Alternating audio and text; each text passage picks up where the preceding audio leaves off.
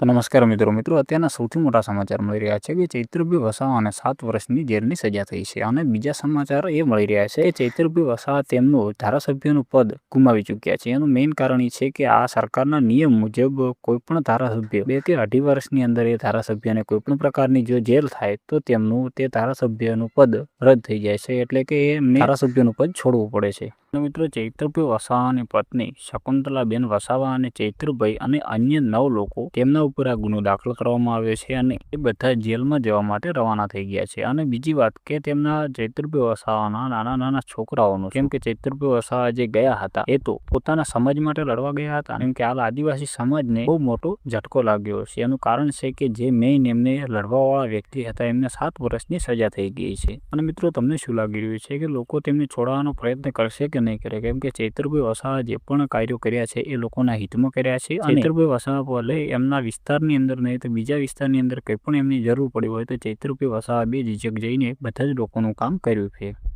અને મિત્રો, સોશિયલ મીડિયાના માધ્યમ દ્વારા એ પણ વાત જાણવા મળી રહી છે કે એક મહિલાને 1 જ મહિનાનું બાળક છે, તો મિત્રો એનું શું, એને પણ સજા તો ભોગવવી પડશે ને 7 વર્ષની. જે આ 9 લોકો છે એમાં જે 3-4 મહિલાઓ પણ છે લગભગ. અને મિત્રો, ઘટના એ છે કે ફોરેસ્ટ અધિકારીઓ સાથે ચૈત્રભાઈ વસાવાને કંઈક બોલચાલ થઈ હતી અને હવામાં ફાયરિંગ કરવામાં આવ્યું હતું. એ કારણોસર તેમના ઉપર આ જે ગુનો દાખલ કરવામાં આવ્યો છે તેમના સહિત આ 9 લોકોને આજે 7 વર્ષની સજા થઈ છે એ જ કારણોસર થઈ છે. ચૈત્રભાઈ વસાવા જેલમાં જતા પહેલા એવું પણ કહી રહ્યા હતા કે મને ન્યાયતંત્ર ઉપર પૂરો ભરોસો છે. અને આમ ગણવા જઈએ તો એક મોટો ઝટકો આમ આદમી પાર્ટીને પણ લાગ્યો છે. એનું કારણ છે કે એક મોટા નેતા કે જે બધું હલનચલન બધું કરી રહ્યા હતા, લોકોને પૂરેપૂરો વિશ્વાસ હતો, એવા નેતાને આ લોકોએ જેલમાં પૂરી નાખ્યા છે. અને 3 મહિના સુધી તો ચૈત્રભાઈ વસાવા આગળ પણ જેલમાં જઈને આવ્યા છે, પણ આ તો 7 વર્ષની તેમને સજા આપવામાં આવી છે. તો મિત્રો, એના વિશે તમારું શું કહેવું છે તમે જરૂરથી કોમેન્ટ બોક્સમાં લખી દેજો. અને જો તમે આપણી ચેનલમાં નવા આવ્યા હો તો ચેનલને સબસ્ક્રાઈબ કરી દેજો અને વિડીયોને લાઇક કરી દેજો.